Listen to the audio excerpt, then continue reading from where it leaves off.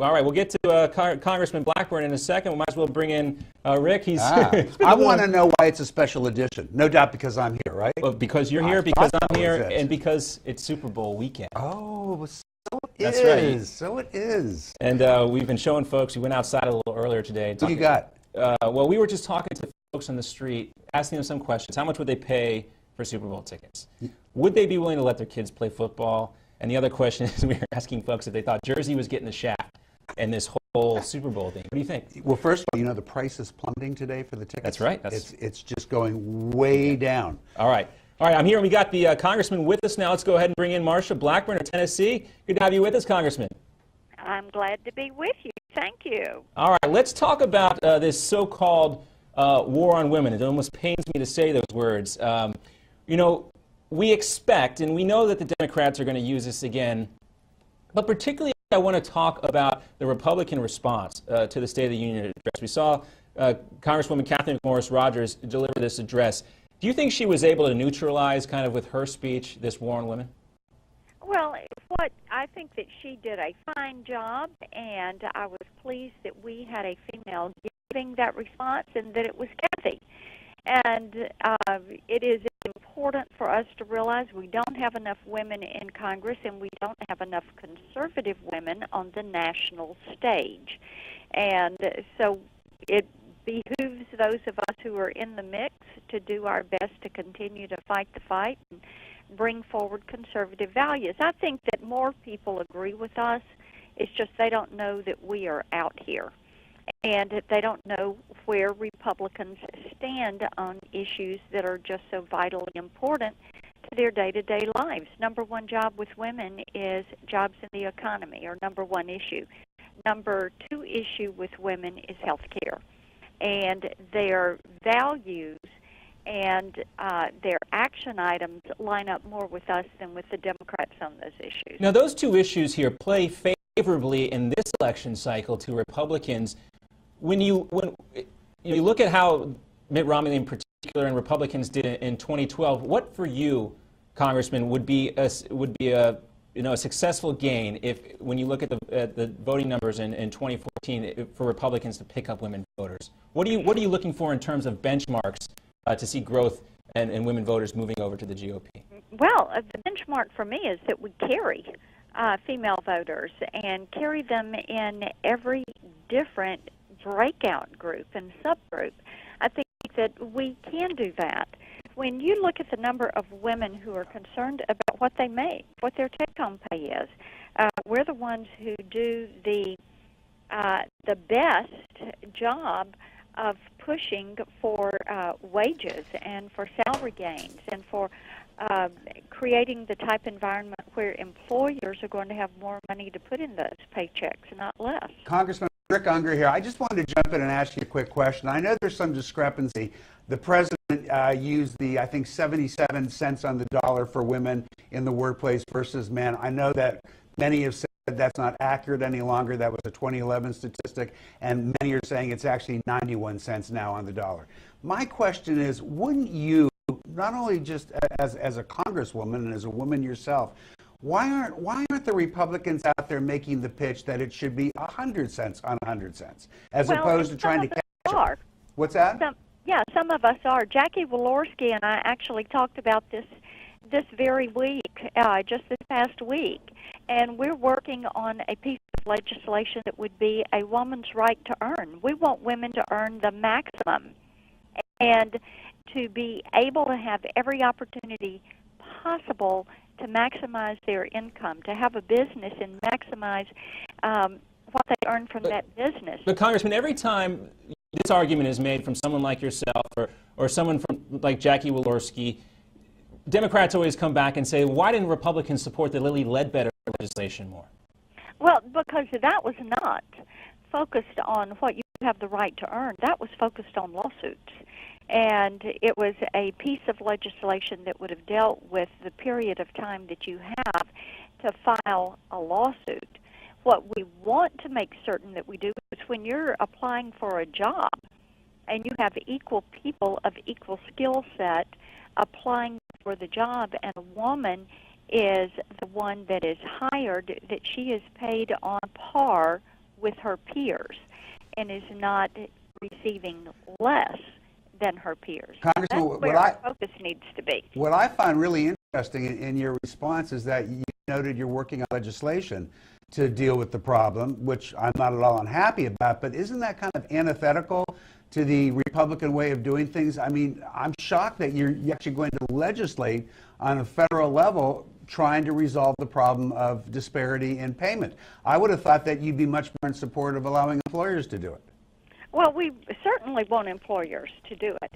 And what we do, we're working through the legislation, and I can't tell you right now what it's going to look like because we don't know. We haven't written it. Maybe it'll be something that is dealing with federal employees. But you are willing to use the power of the federal government to do it. I think that what we're willing to do is to push the issue forward in the national conversation and make certain that we do everything we can to come to pay equality so that women are paid in a fair manner. I think every one of us who has worked in the private sector, whether we have been an employee of a company or we have been a contractor in some vein for that company, have felt the impact of being paid less than male counterparts. Now, you know, sometimes you let that affect you and you dwell on it. Other times you just bulldoze your way right on through it because achieving your goals is more important than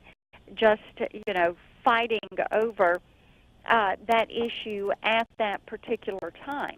And today I did a roundtable lunch with a group of women, and we talked about the impact of income. These are all women who are entrepreneurs, and they're working in the technology sector. Some own their business, some work for large companies. But the point is they're all seeking to be paid what they are worth. And they're doing a tremendous amount of work, and they want to be paid for the value they're bringing to the table, and they want to be paid on par with men. Well, Congressman, if I could just kind of dovetail on what Rick was talking about a little bit, because we want to transition and talk about the broader issue of income inequality as a whole. I think, you know, and Rick and some other liberal people might say, well, if it's okay to use legislation to try to regulate pay for men and women, why is it not okay then to use this issue of income inequality? Well, what you get to in the minimum wage discussion is you're focused on the wrong part of this. And what's the right part? The right part is focusing on the maximum wage and having people trained for jobs that are available in their areas. Today in my conversation with women, someone who was focused on human resource development was there, and they do a tremendous amount of work with the workforce development agencies. There are changes we could make there that would allow our local and regional workforce development boards to put the emphasis on training individuals for jobs that are going to be readily available there in their community. So, Congresswoman, can I take that as you're being supportive of the President's new commission he proposed at the State of the Union that the Vice President's going to head up to revise and get into this whole training program thing so we can do a better job? You cannot take it as a blanket endorsement of support for I had the a President. feeling. for the President doing that, because what he's doing is heading the wrong direction. He wants to centralize the control. I want to send it back. And why in the world do we want to centralize the control of our workforce development boards when a bureaucrat sitting in a building in Washington, D.C. does not have a clue what is going on with the workforce in Middle Tennessee? Well, go ahead. Congressman, there is certainly going to be some sort of federal funding that would be needed to be involved with a program like that, even if it's in the form of block grants or something you're sending to these states. How much money do you think it would take to do some of these programs that you're talking about? And we hear a lot of other Republicans talking about it as well for these job training programs. You know, I think there again, if you were to look at block granting the money back to these workforce development boards, which is something they would love, you know where a lot of their money goes is in having to hire someone to write a grant and then manage through those grants and manage the paperwork for those grants. We could simplify this process, and I'm one of those in favor of it, reducing the number of programs that are there, putting them on a block grant basis, and then basing continued participation on outcomes. It is a much, much simpler process. If I could return to what you were saying earlier about how the programs are set up, federal versus community. To be fair, you really do have a fairly big spread right now between community-based employment training, state-based, and federal-based. I think where there's a legitimate complaint that you might have is that there are too many programs that mimic one another, do the same thing, and what you end up with is a lot of inefficiency.